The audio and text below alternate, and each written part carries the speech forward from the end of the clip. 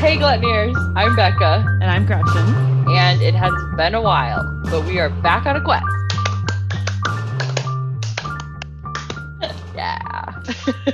Before we started today, because our topic, this is going to be a fucking fun one, guys. This is great. This is going to be awesome. I hope this doesn't turn into the interview episode. I know where you go silent. You can't. You have most of the knowledge of this one. So, okay, right. So this is consumption part 2, and we've already consumed some things. Yeah, so that's why this one might be a little different than usual, friends. We went in on the edibles. We figure we're talking about edibles. We should do some edibles. And my edible is I did 2 technically today. So I had a little 1/8 of a teaspoon of infused olive oil around 12:21 p.m., which was approximately 3 hours and 15 minutes ago. Approximately. You're giving very exact numbers. Yeah. I wrote it down. It's the only reason I know. I wrote it down. This is proving my point about writing shit down. I also wrote, so let's see if I'm fucked up by the time we start recording. And the answer is yes. Yes, it happened. Not from the olive oil. The olive oil was fine. I did feel a little bit of a buzz from that. But I also made some edible cookie dough today, which is quite tasty. I made 2 versions of it, and I consumed the version of it with the non-heated butter. So I did a heated butter version and a non-heated butter because I'm concerned about the potency of my edibles lately. And I thought that I needed that. What I discovered would be a 3rd heating of the cannabis butter to really activate the THC. And I think I've just proven myself wrong because the non-heated butter is the one I'm trying first. I'm a little high. So check on the first Mad Gretchenist experiment conclusion. Did not expect to have an answer that fast. I'm going to try to interpret just a little bit of what you said, just in case. I wanted to catch up, and I luckily know what you've done. What's going on here is Gretchen, a while ago, made some cannabis-infused butter, and then she used that to make 2 batches of cookie dough. And one of them, she reheated that cannabis butter and put that into the dough. The other one, she did not reheat that cannabis butter. And her initial theory had been that the reheated one would be more potent, but it seems like, well, you haven't had the reheated one yet, though, so it could be even more. We don't know yet. Yeah, we don't know. But you are really experiencing some endocannabinoid receptor action from the non-second heated butter. We're great. We've got this. We're off to a really good start. Everything's making perfect sense. Thank God you're here to translate for me, Becca. As usual, this is like your primary function as part of this podcast is you have to take my weird cannabis-laden like ramblings and go, okay, so this is what she actually said? And this is what she meant. Yeah. Oh, yeah, I love it. Well, it's so interesting. I just want to make sure I understand everything and everybody listening or all of our Gluttoniers know all of the steps that Gretchen does before we sit down and record something. She's already done 400 experiments, 2 or 3, but still it feels like 400. Now that I've talked about what I've consumed, how about we ask Becca what she's consumed in edible world today? I have consumed a couple hours ago. I didn't keep track. I think it was about 2 or 3, about 50 milligrams. I do tend to have a higher tolerance with edibles. And so I'm definitely feeling something, but I don't typically I don't have a strong reaction very often. So, but I also don't want to be taking like 100 milligrams of edibles, for a lot of reasons. I also it's come a long way, but I always kind of hated having like a big cookie that was like 10 milligrams. And I'm like, I don't want fucking 5 cookies. I just want 5 little pieces of candy. So I finally found some, and they're kind of like a Starburst shape and size. So pretty small. And then they kind of have more of like a Laffy Taffy consistency. And the flavors were sour apple, caramel, and strawberry. And I felt really special combining the sour apple and caramel, like a little delicious little candy. And one thing though, they don't have, this one edible brand does not have any terpenes in it. It's just THC. And so I'm finding that interesting since I primarily consume through inhalation through smoking. It's kind of a bummer not to have terpenes and that kind of, I think we've seen it referred to as like the entourage effect endocannabinoid reaction. I'm still really enjoying the response I'm having, but I wish it could be a tiny bit more balanced. It feels a little bit more out of it than I would normally be, and that's okay, but sometimes I don't always want that. I mean, I feel like that's a goal for later in the day, to have that like a little bit more removal from your consciousness. Right. And an evening on activity. I haven't done a lot of store-bought edibles. One of the final points I'll make in this particular section. I've had them because I've had friends who have bought them. For the most part, I've always made my own, which is nice because I get to control the dosage. A little challenging because sometimes you can't control the dosage as well because I don't know the strength of my own pot. Right. Sorry. I'm finding that really hilarious right now. I don't know. I just don't know. It's more variation in effect and You mean pharmaceutically versus like a homegrown produced edible? And especially because I am also using my own pot. If you're using commercially available cannabis, you're going to have those numbers to compare, like to be able to calculate out dosage and things like that, which is, I'm going to say it is important, but here's why I pause. Because so little is really known about dosing. And for example, I have been a pot smoker longer than you, but I feel like your tolerance is actually higher than mine. I think that, yeah, I would say that's fair. Because Paul gave me a gummy one time, and it was I want to say it was either a 50 or 25 milligram gummy, but he gave me half. He eats a whole one. And I don't think I talked for like 2 hours after it hit. I was so self-conscious and I was so high. And I'm not even sure I vocalized that to him. Like we were just eating. So I mean, and Paul's good for me because like Paul seems to be okay with not expecting a lot of conversation. But yeah, it's very high and was like, oh no, like this is not okay. So it's really, even if you know the strength of what you're having, it's so hard to predict or really know how it's going to affect you. So even knowing that dosage is very nebulous. Nebulous is exactly the word I was thinking. Is it's nebulous because, and I guess if you're a data person, like I've become in my old age, the good thing is that if you track that sort of thing through like a tracking app, or if you just have your own like journal or something, you would be able to tune that over time, but it would take a lot of experimentation, and because everybody's so different in regards to this. In conclusion, while you can calculate out a dosage, may or may not help you. You know? Right. And either way, whether you know the dosage or not, there is a big difference between consuming something that's just THC and consuming something that has a little bit more of that like collective plant property, which means cannabinoids and terpenes. And then what are we drinking today, Gretchen? Today we're drinking Aperol Spritz with... I thought sorry, go ahead. No, I made my Aperol Spritz with the Vino Verde. Oh, fun. I didn't get that that's what was happening. I thought you were just going to drink Vino Verde. No. I'm following instructions. Cheers. Yeah. I got to finish off my bottle of Aperol. My goal is to clean off my bar. That's a noble goal. So now you know what we're both drinking and what we've already consumed. We want to catch up just a little bit.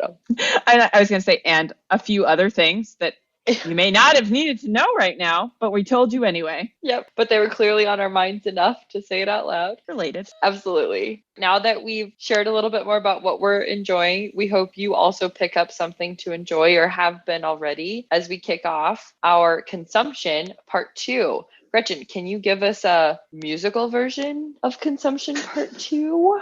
The way that you did on consumption part 1? Consumption part 2. It has been a long time. We apologize.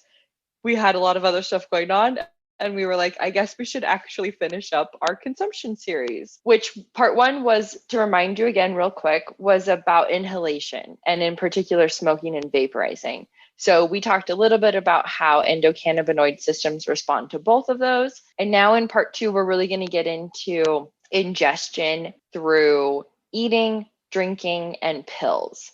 So we'll finish out our last section, part 3, on topicals next time. For this section, Gretchen does most of the research on this, so I follow along. I've got some questions prepared. I'm really excited to learn. I've had a peek at some of her notes and I'm super excited, but she does do a lot of the research on this. We're going to spend the majority of our time focused on eating and drinking, and then I'll jump in a little bit and talk about how these processes and things work for the pill version. We do try to incorporate now some kind of new learning that we've had. This one in particular, we wanted to mention because it's something we're working on. And it also feels like it's an opportunity to share a preview of what we want to do eventually, which is talk about what we're calling the fucked up history of cannabis perceptions in the US. As a part of that, and as again, sort of a preview, we're going to try to stop saying the word marijuana. We do use it. We're trying not to. And so we want to make our intentions known, and saying it out loud helps hold us accountable. We have seen a lot of words for cannabis, from weed to pot. I saw broccoli today. I'd never heard that before. That was kind of fun. The word marijuana itself isn't really inherently bad, but it has really often been used in a derogatory and sometimes racist way. Continuing to use it is ignoring a history of oppression, especially here in the US. And that's just what we're doing, but we definitely encourage you to do your own research and decide what language feels right for you, because some people do intentionally use the word as a way to acknowledge that the oppression has taken place. And if we remove that word, then we possibly remove the memory of it, and we don't want to erase that oppression happened. And it's sort of a way to reclaim ownership. But the communities that are using that word, Gretchen and I as white women don't fall into. So we're going to try to stick to cannabis. Just to give a real quick background on, in particular, why we've decided not to use this word, is that cannabis has been used in the US pretty much since the 1840s and was used in a medicinal way to treat a lot of different ailments. But it wasn't until the early 1900s that it became controversial. And the article I was reading was also interesting, but it said it didn't become controversial until the early 1900s, when millions of Mexicans migrated to the US following the Mexican Revolution. And I'm like, I'm pretty sure they were already here. And we just said, no, this is America now, and we'll fight you for it. So like migrated to was a little confusing to me. I'm sure, just to break in for 1 second, but I'm sure there was some further migration that probably like exposed more people to Mexicans. I think maybe just more people were aware of Mexicans in general, and that's not the point. That is not the point of this whole thing. A different culture was suddenly more pervasive. Visible. Yeah, visible. Exactly. So then in the 1930s to the 1960s, which this is 30 years with one guy in particular in charge of the Federal Bureau of Narcotics. 30 fucking years, 3 decades. We've got one old guy in charge of something. Sound familiar? Oh my God. This guy, Harry Anslinger, gets like all pissed off, and he decides that marijuana, quote, influences darker skinned people and encourages them to commit murder and other violent crimes. Not white people, of course, just other people that he decides other. So he launches this campaign against cannabis, associating it with, quote, inferior races and social deviance. And this is like the whole, what do you call it, panic? The Oh no. What is it? Oh my God. That movie. Isn't it Madness? Reefer Madness. Reefer Madness. Yes, Reefer Madness. It's like, exactly. Wait, it's so fucking funny. Yes, the name of it is like, so fucking funny. Oh my God. Okay. Reefer. So like, right. So everybody decides it's bad, and Congress passes a marijuana tax act, making it illegal at the federal level. And since then, this idea has been perpetuated through our government and through other avenues. And they've really tried to push that cannabis is something to be associated with criminal activity. And all of this is still because some guy from 1930 to 62 was setting policy. Just something to keep in mind as you use this word. It's something we're going to work on. We'll probably slip up. We hope you bear with us. And again, if this is a word that means something different to you and you feel comfortable using it, go with it. We just wanted to let our glutoneers know where we were standing on this right now. So that's our longer than I wanted it to be, but our sort of learning that we've come across since we last quested. So with that whole stage set, Gretchen, can you please kick us off on the flowing off the tongue title, digestive tract consumption? It's digestive tract absorption. Absorption. Yeah. Consumption Right. part 2, digestive tract absorption. Yeah. But I do feel like that describes the episode the best. I feel like as much accuracy as we can provide, it's not going to happen all the time. Let's start out with some facts. And this is sort of more like Gretchen's sort of express history lesson. I might wander a bit because I did get really started wandering down those rabbit holes of, what this thing? And so we'll see what we end up with here. Try and keep it short. So the earliest recorded cannabis consumable on record, because who knows, people might have just been consuming away without writing it down. That seems likely. We didn't write a lot. At some point, we didn't write, yeah.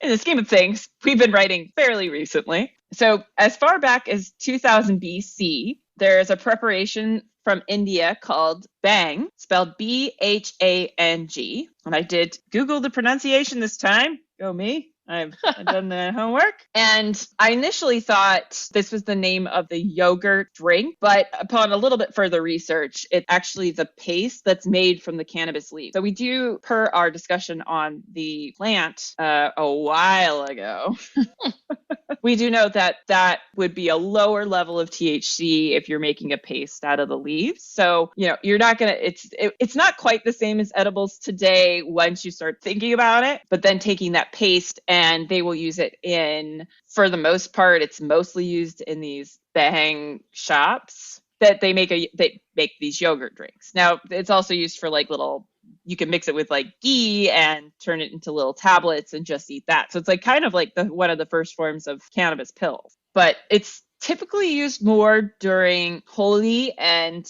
hopefully my pronunciation is not horrible, just mildly bad. So it's Maha Shivaratri.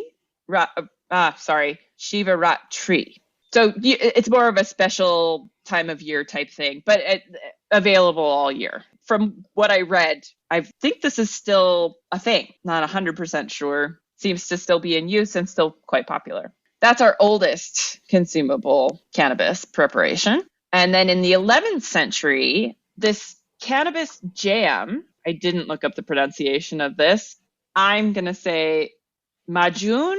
So it's a jam that there were lots of different recipes for it, but mixed nuts and seeds and all kinds of things together and made kind of like a spread for various things. So that's the next oldest preparation of cannabis for an edible form. Now we're going to jump all the way forward to when the printing press after the printing press was invented. And the very first printed cookbook in the Western world, and the first printed mention of a cannabis edible. Of course, I did not look so far as to what the mention actually was. It's a book called On Honorable Pleasure and Health. So it was written by Bartolomeo Palentina. He wrote it in 1465. And then finally, the first mention in a American cookbook is hashish, spelled in the weirdest fucking way. I've never seen hashish spelled this way, but I'm sure somebody does somewhere. Hashish fudge, printed in the Alice B. Toklas cookbook in 1954. Now, the domestic American version, the first printings did not have this hashish recipe in it, but when it was printed later in the 60s, they did include it. And so during the 1960s, her name actually became synonymous with hashish edibles, and so was a really big thing. I was like, I never heard of this. But I also reminded myself I was not alive in the 1960s, and we were in a much different world by the time I was even born. And she was Gertrude Stein's life partner. Yes, and she actually got the recipe from someone else, but I don't remember his name right now. In an effort to bring this to the end of the whirlwind facts, not very whirlwind, but Interesting though. mm-hmm. Long history. Long history. Yes. Well, I mean, cannabis has been used by people for a long ass time, as far as we know. Right. We don't Very even know. interesting to hear this way of consuming though. I had always just assumed smoking possibly for a long time, but hadn't really thought through like if people were cooking with it or using it in a different way, like a paste or a jam. That was really cool. There's nothing new in this world. So we, cannot claim that anyone in recent history invented cannabis consumable. There you go. Yeah. Or cannabis edibles. They're all consumable. It's just how. Right. Just a quick reminder. These will come up a little bit, but they are definitely not the focus of today's episode. That we have our cannabinoids, THC and CBD being the most common ones, pretty much the only ones that come up on a regular basis on this podcast. And the terpenes are responsible for the effects, aroma, and flavors you experience while consuming cannabis. And very importantly, they are activators of your own endocannabinoid system. And we will be referencing them throughout this episode. I should stick to the script sometimes. It's a good thing. Check out our past CannaQuests on cannabinoids and terpenes. They're two separate episodes for more information on these components of your experience.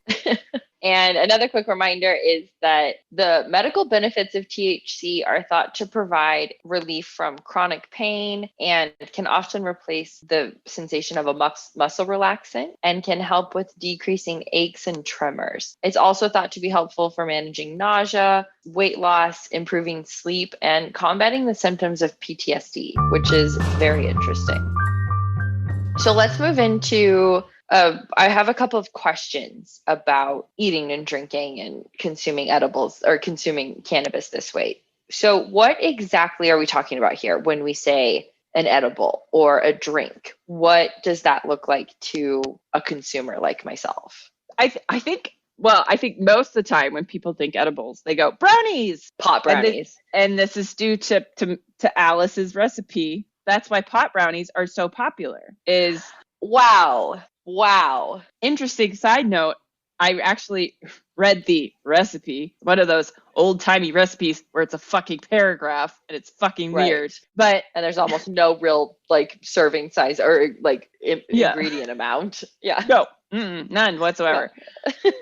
But somebody in the comments pointed out that it's very similar to the jam, the cannabis jam I was talking about that was developed in North Africa in the 11th century. So it's like nuts and like other things like all mixed together with the chocolate. And so it's definitely not quite really a brownie. But yeah, so that's where that came from. That's why it's so ingrained, because apparently this was just the thing that everybody was doing in the 60s. So thank you hippies. Thanks, Alice. But these days, the sky's the limit. So you're talking about, the one way I had I had not really thought about consuming was alcohol infusions, other than straight up tinctures, which we're going to include as part of our topicals episode, because it's the way tinctures work is technically topical. We're not going to get into that right now. But yeah, having a cocktail with cannabis infused into it, this is becoming a lot more popular.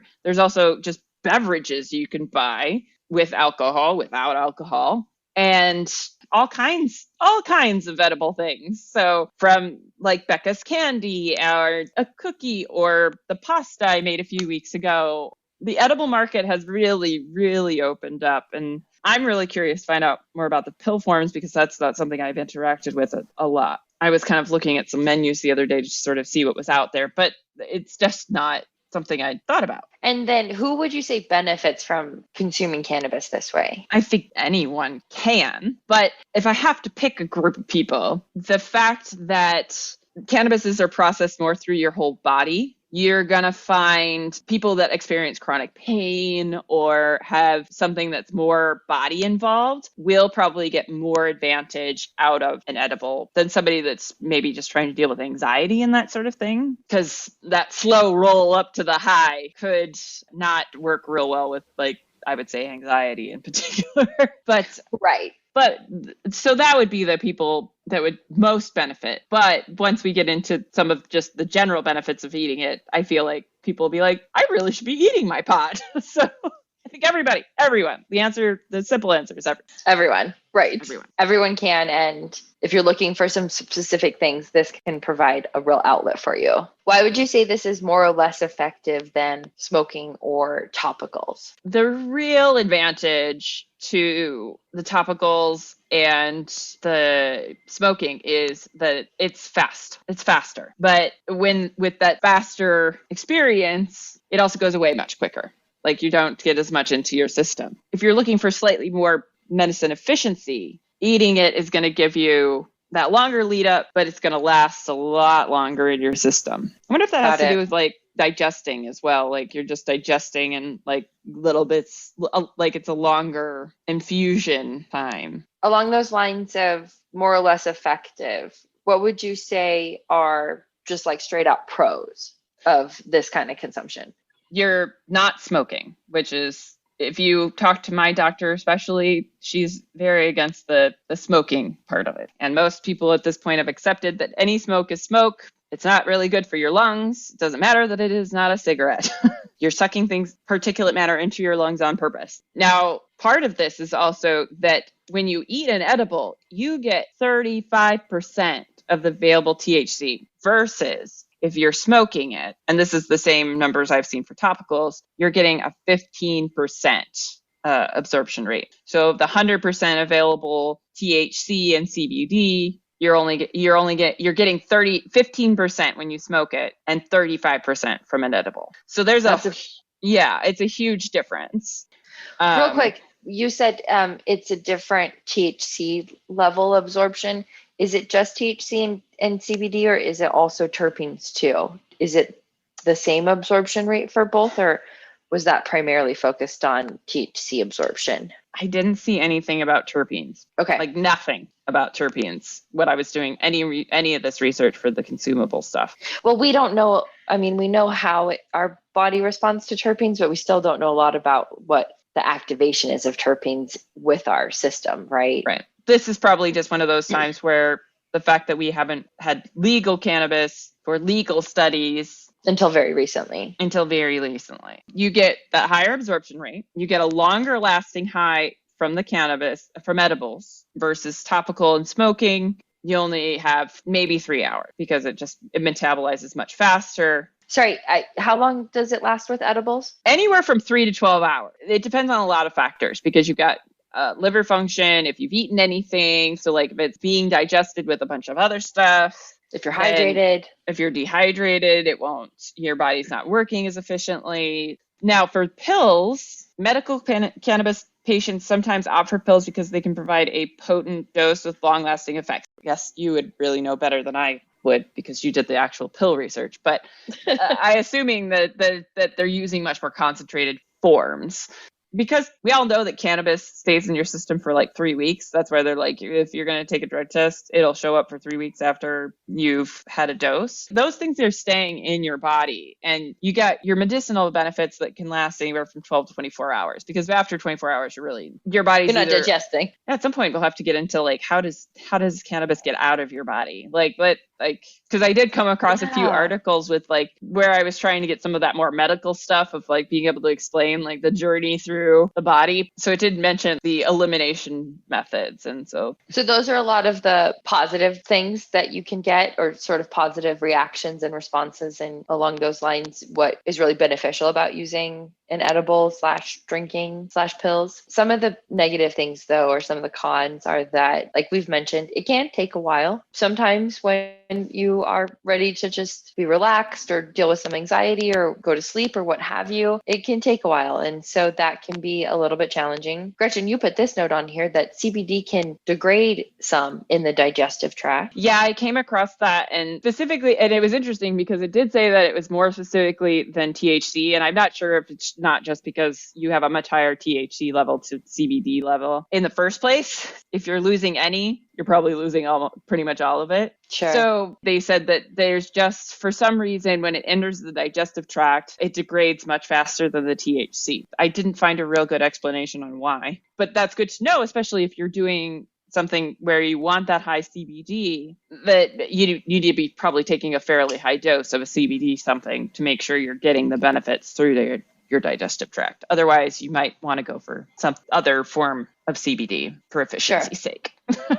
Sure, right. Because, like Gretchen said, there's a lot of factors at play, including how much you've eaten, how hydrated you are, and just generally other things about your body that are unique to you as a human. That can make it a little bit hard to determine how you're going to react every time. Makes it a little bit difficult to control the circumstances and sort of track what your own body's responses will be. So I'm still confused about how this process works.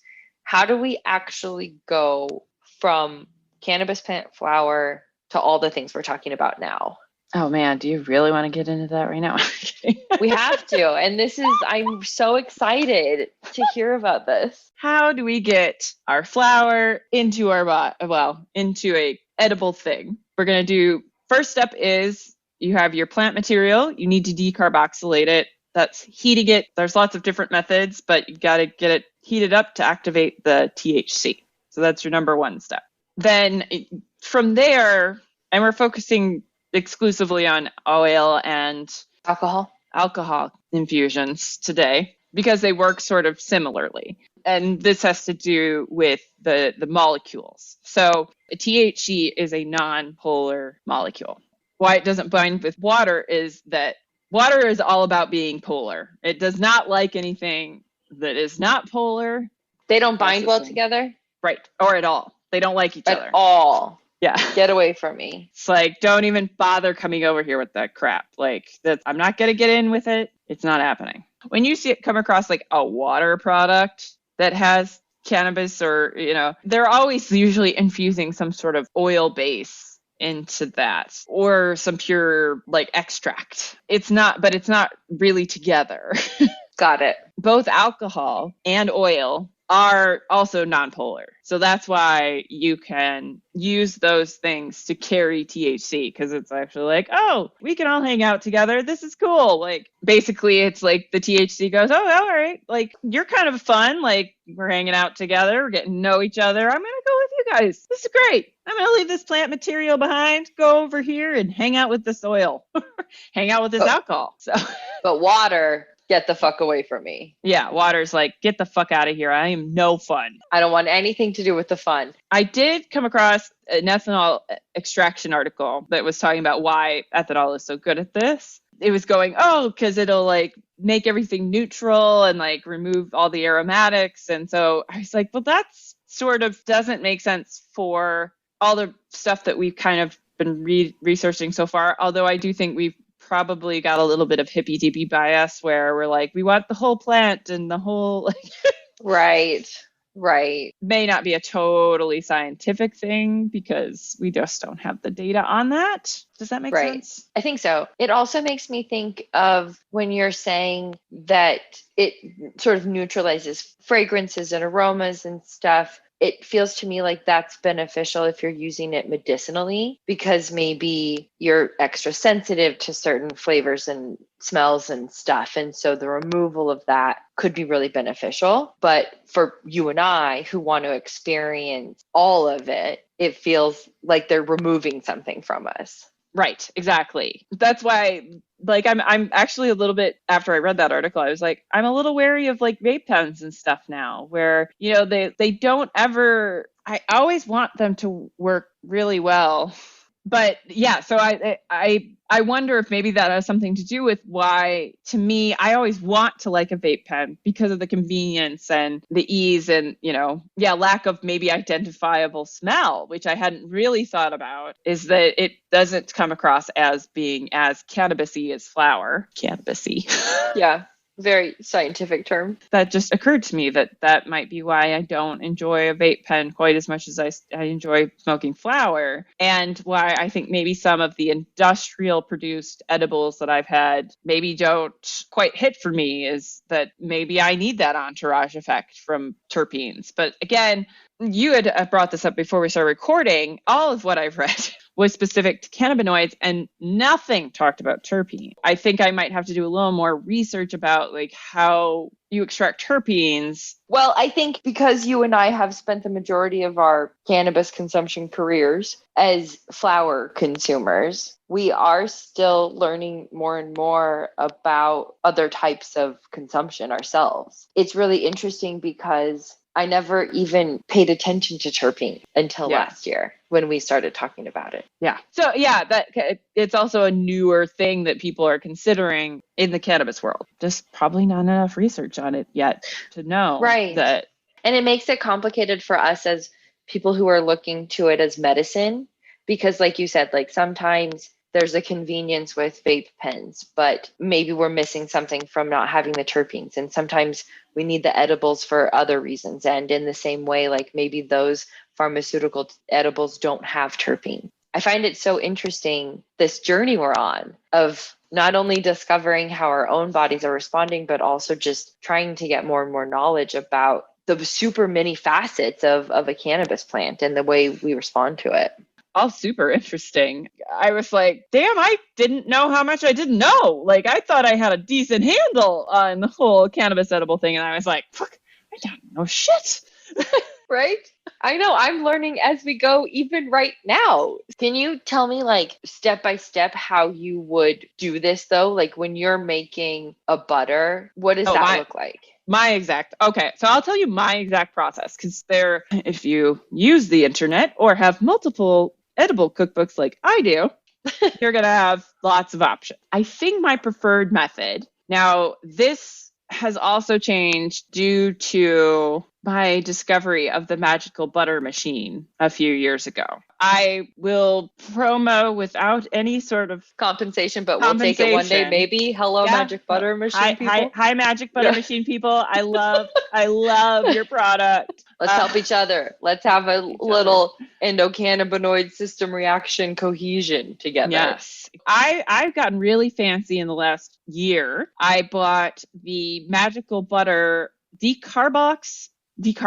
That's what it's called. Decarb box. So it's a heat-proof silicone box that seals. It has a thermometer that comes with it, so you can track your temperature. So you can be very specific about, I want my pot to get to this temperature. And then I've not been able to quite find the perfect balance of being able to maintain a temperature at a certain point. I'm still working on that. But I put my pot into my decarb box, put it in the oven. I've been liking it at my oven at about 250 right now. That's been mostly what I've been doing, and decarboxylating for about 40 minutes to an hour, depending on if I'm high or not, and I remember to get it out of the oven. That's usually the problem. The nice thing about the decarb box is it does seal in all of your aromatics. Unlike some of the other types, like just toasting it in a pan, which I've definitely done this. You could also toast it in like a glass dish if you put like a foil top. That does help retain some of your terpenes and your aromatics. But the benefit of the decarb box is it is a silicone box that seals. After you've cooked your cannabis in your whatever contraption, you let it cool in that sealed container so that you don't release any of your volatilized aromatic when you open the box, because that will definitely happen. Once it's hot, that shit's going to go everywhere. If you keep it in the box, some of it'll at least go back into your marijuana. Your cannabis. See? That's going to be a hard one. Once my decarboxylated flour is cooled down, the nice thing about the magical butter machine is that you put your fat or your alcohol substance into the machine, dump your flour in. You do not need to grind it first. In fact, they recommend you do not. And the magical butter machine has this little blade, like a little blade. It's like a really small immersion blender attached to a lid. It heats up. So it's temperature controlled. You can pick no heat. And I think it goes from like 160 to 220 are your options there. And then your butter just heats in this self-contained thing. It does help cut down on some of the smell, because when you're doing this in like an open top container, that smell is going to get everywhere. The magical butter machine does really do a really good job of keeping those aromatics in there. What if you didn't have a magic butter machine? Is there a way to contain that smell without it? You can minimize it. I mean, just using a pot with a lid is going to help some. Obviously, it's not completely airtight. I haven't done a lot of research on this. I would think you'd be able to do this with a sous vide. if you had one. Interesting. Because you could put a sealed jar of oil. Now, this only applies to oil. You cannot, if you're doing alcohol infusions, never, ever heat a sealed jar. It will explode. There are options for doing, especially for oil, because it's not as volatile as alcohol.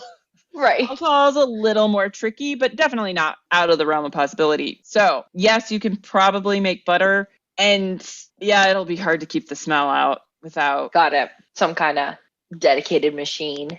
Right. Okay. Right. One more question. When you say alcohol in this situation, do you mean any kind of alcohol? Is there a particular alcohol we're talking about with these infusions? You can use any alcohol, but Okay. the higher proof the alcohol is, the better the extraction will be. So everybody's supposed to use Everclear. Yeah. Just kidding. Yeah.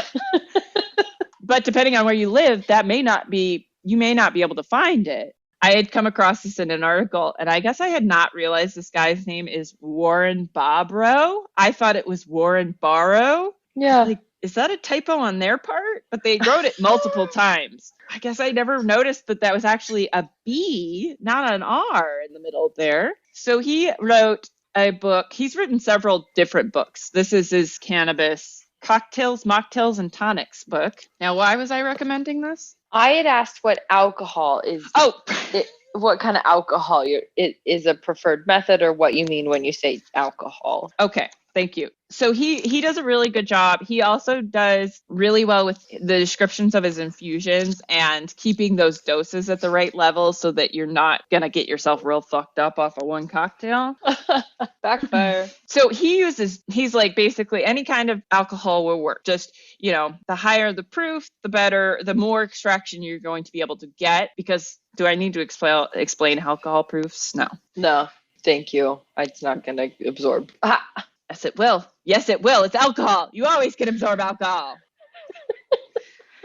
He just is like, whatever alcohol you want. The higher proof, the more THC you're going to get. So any alcohol works. The higher the proof, the better. You can do oil. You can do alcohol. You can do butter. But it either has to be alcohol or something kind of like fatty. Because they have the right kind of the right kind of non-polar molecules. That's the key. They like the same bars. Mm-hmm. They do. Yeah. Mm-hmm. And then what happens? So our flour goes into the magical butter machine with your substance of choice. For oils, it's going to be a little bit higher heating. For if you're making a tincture in there, it's a little bit lower, 160. And because that's the temperature you can keep it at where it can be a sealed thing and not explode. That goes on for a couple hours. Usually alcohol infusions take about 2. Your butters are usually a little bit longer, whereas like if you're doing something with olive oil, you're probably going to use a slightly cooler temperature. So similar to cooking, everything still has a different kind of burn point. You're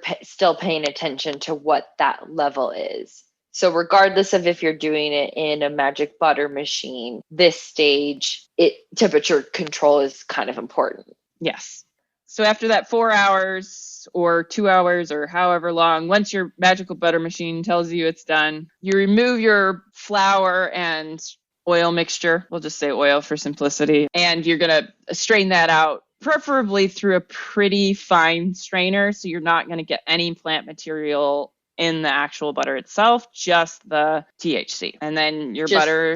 Just that THC infused oil. Okay. And then your plant material can be chucked. Okay. Interesting. So that's how it works. It feels complicated because you're explaining the science behind all of it, but it's really just 4 or 5 steps, right? Right. Or if you're me, and then add an additional step on after where while it's the butter, if you're using butter specifically and it's cooling down, you're whipping it with a hand mixer to make sure that it emulsifies so that you can use it as whole butter. But that's just me being fancy.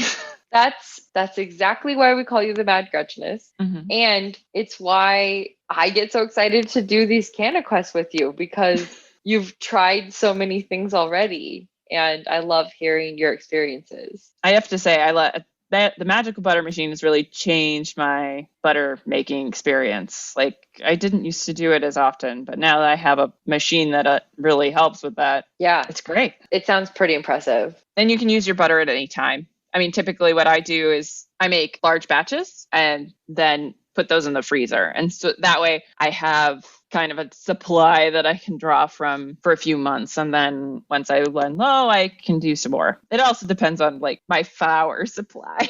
So Right, your availability to create the butter. What shape are they in when you put them in the freezer? How do they come out? Well, now I have the magical butter tray. Naturally. What if you didn't have that? Is it kind of like You could do whatever. I have another silicone. I use a silicone tray. I mean, so the magical butter machine butter tray is a silicone tray.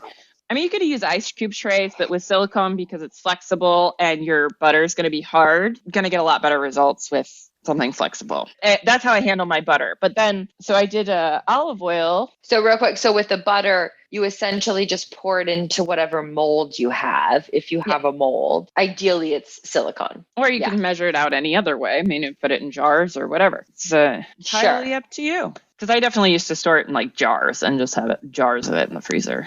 But when I can make little individual cubes, it's a lot easier to manipulate it and move around. Right. And like you said, control the portion. So you can just eat the oil or put it in food. That's or make it, if you're doing alcohol, then have a cocktail. We've done that before. Yes, we have. And you literally put cannabis oil into pasta when we made cacio e pepe. So exactly. So versatile. But now why don't you tell us a little bit about like pills and what all is involved in that? Because I know nothing.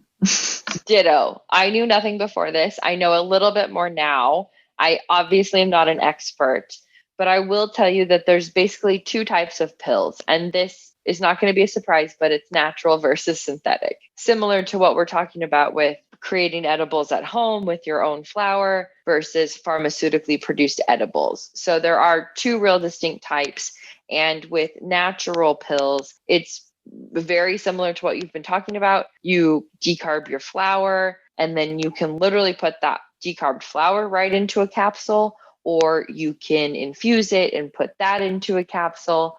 But essentially, it is not that different of a process from what you've been describing, but it's just put into something more in a much smaller version. The natural pills can be tough for people who have sensitive digestive systems. And it sounds kind of tough in general to me. Like, I'm not sure that I just want to kind of like, I don't know. I guess it's not that different than drinking the oil, but it felt just kind of like harsh to me. I'm not sure why. Natural version of pills, and then there's a synthetic version. Most of the synthetic versions that I saw were very THC specific.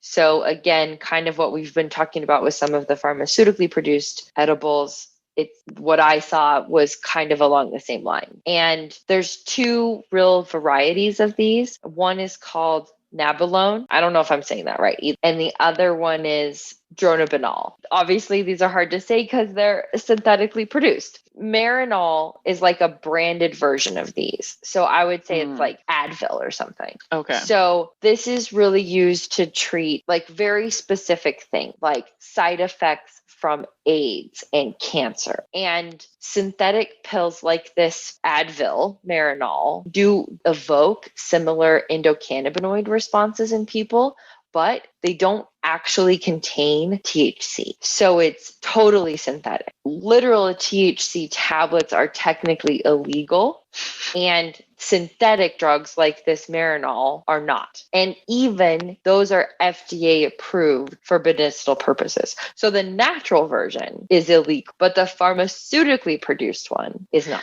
We all know why that is. Fucking exactly.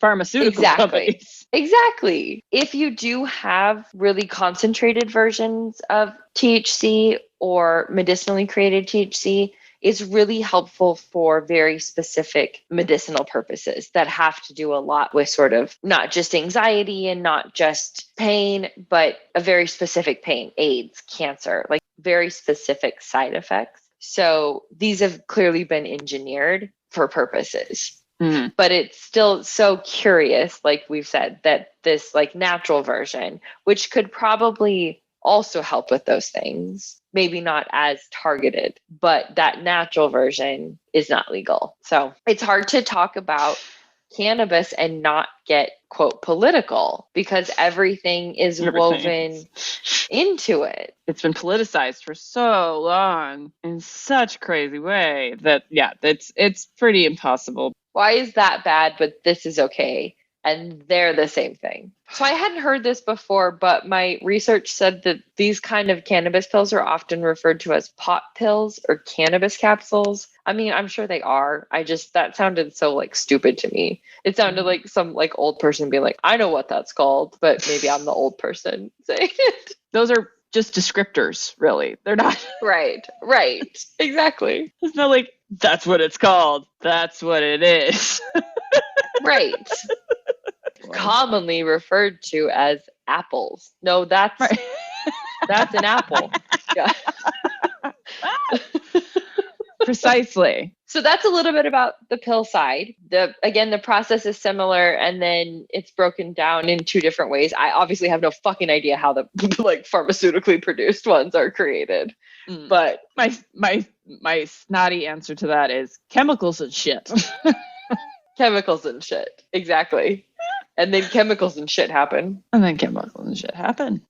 that I've talked a little bit about that pill side, I do have a question about how all of these things are ultimately absorbed by the body. The first, whatever you eat, whether it's a pill or alcohol or a food, needs to make it all the way past your stomach and get into your small intestine. That's where you actually start to absorb the THC. And then from there, it has to be taken by your bloodstream to the liver. And I wish I had any idea how livers work, but I don't really know. Right. They're great and they do stuff. They do things like metabolize liquor and pot if you eat it. When it goes through the liver, it actually converts that THC into a slightly different form. This is the 11-hydroxy THC. It's a slightly stronger, slightly more psychoactive THC strain. So that's another reason why people tend to have a stronger reaction to edibles, is because your body actually turns it into a stronger chemical when it's metabolized through the liver. And then once it's done that, then it gets filtered through your body and sent to your brain and your endocannabinoid system. So that's why it takes so long, so that you got and depending on how quickly your digestive tract works, you got a different window of time for how long it takes you to get high. I always thought it was an hour for everyone, but heads up, you could be a 2-hour person, depending on how your liver works and your digestive system, because it's got to get to the liver first. So you have many things. Look at all the hand gestures I can do today. So yes, hands. That's the whole process of how your edible gets into the body, and why it has that different effect is that it's metabolized twice inside your body. When you smoke, it's really only metabolized once. You put it in, your lungs absorb what they can absorb. Then that goes from the lungs right into the bloodstream, straight to the endocannabinoid system. So it's a much shorter trip. It's faster. It's basically a 1-stop flight versus a 2-stop flight. Yes. Yeah, exactly. That's a very good analogy. Thank you.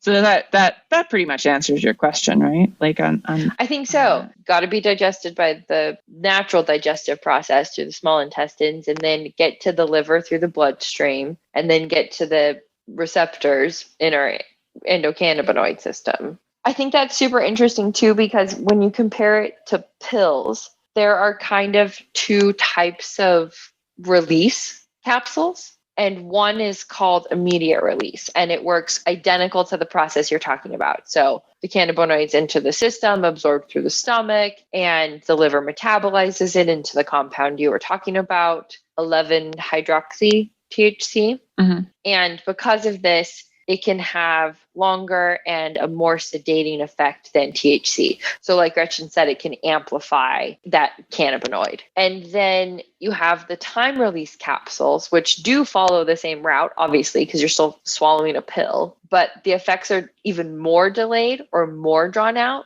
because the particular capsule shells are engineered, and they're engineered particularly to allow for that timed release.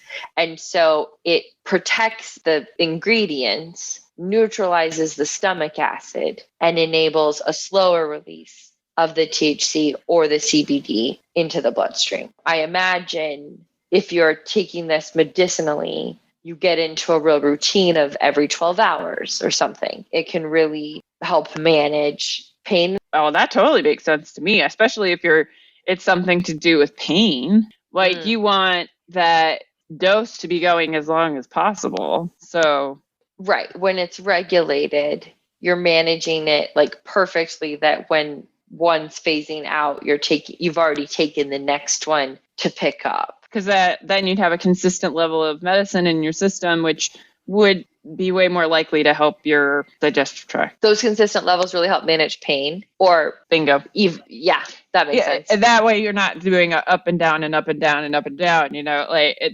That can be very hard to deal with if you're dealing with chronic pain. I feel like we should interview somebody who uses pills.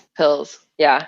They are not cheap. I was looking at them. They're very expensive. I imagine just because there's so much process that goes into it. I don't know. Sorry. Why they're expensive? Oh, yes. The processing. Yeah, because you're ending up with the concentrated amount. And so you have to factor in like buying the initial product and so on and so forth. And along those lines, I'm going to really talk through the different types of pills. And there's a couple, so I'm just going to literally breeze through this. The first one is, like we talked about, flour. That's that ground decarboxylated flour. The next one is crystalline, which is a powdered substance similar to table salt or sugar. Another one is a distillate, which is a runny liquid similar to a crystalline in the distillation process. And its purity can actually run from 85% to 95% with one cannabinoid. So either CBD or THC. Sometimes the plant's terpenes are reintroduced in the final product. So a distillate can sometimes have terpene. Another one is kind of like a ratio one that you'll see often, that's like a CBD to THC, because we know these balance each other and that CBD can help sort of negate some of the potential negative side effects of THC. This one's a really sort of targeted way of approaching that balance. Another one is full spectrum, and this does include everything between terpenes and cannabinoids and all of the available molecules. And then the last one is broad spectrum, so very similar to full spectrum. So the key difference really is that broad spectrum products typically refer to CBD that have been refined to remove all traces of THC. Okay. Well, that makes sense. So very interesting. A couple of different types. It's helped inform a little bit of my approach to seeing all of the sort of CBD products that are everywhere now. I still feel kind of confused when it comes to these pill types and how to distinguish and what to look for. But this has definitely given me a much stronger foundation than I had 2 days ago. I don't know very much about various CBD pill products on the general market at this point. I don't know that those are even really, because they aren't really controlled by the FDA. That might not be right. But so there's a lot of wiggle room on those, I think, is the thing to be aware of with most of those random CBD products that you're going to find. Right. You've got to be a little bit intentional about your CBD products. Well, all of these products, actually. Never just run headlong into edibles. Come on.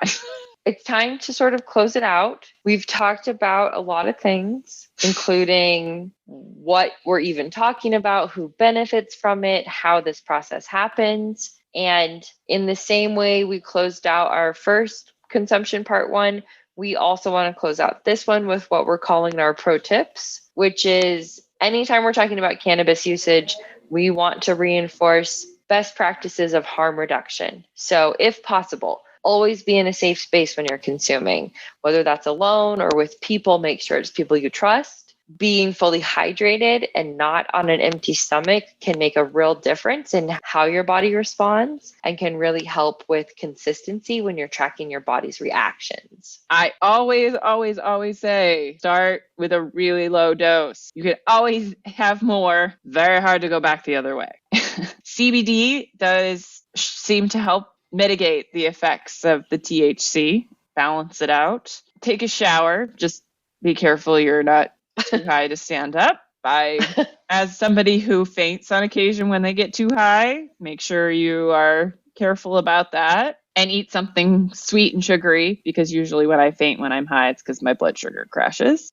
And that the sugar does actually counteract the THC. And then our handy sniff some black pepper or chew on a peppercorn can help sort of either at least distract you from the high or could even have a real effect on the THC levels. I'm not sure which. So, right. But it has been found to be helpful for some people. We haven't yet tested how to reduce a high. No.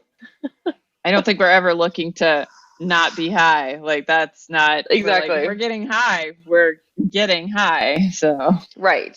Well, thank you for joining us, everybody. This was so interesting to me. I learned a lot in my own research. I learned a lot listening from you, Gretchen. I also think, like we talked about with consumption part 1, it does really make me reconsider the amount of smoking I do. But because as with everything with cannabis, it's always complicated when you move from one path to another, because I don't want edibles without THC. Where I live doesn't really give me the option of creating my own infused oils or butters, what have you. So I feel a little limited with my options of smoking, but I also realize the really strong benefits of eating it. So it is always a journey. We're always taking one step forward, one step sideways, one step backwards, one step forward again. So it's a jumble all the time. It's a dance, really. Forward, back, exactly. Forward, back, side, forward, back. Right.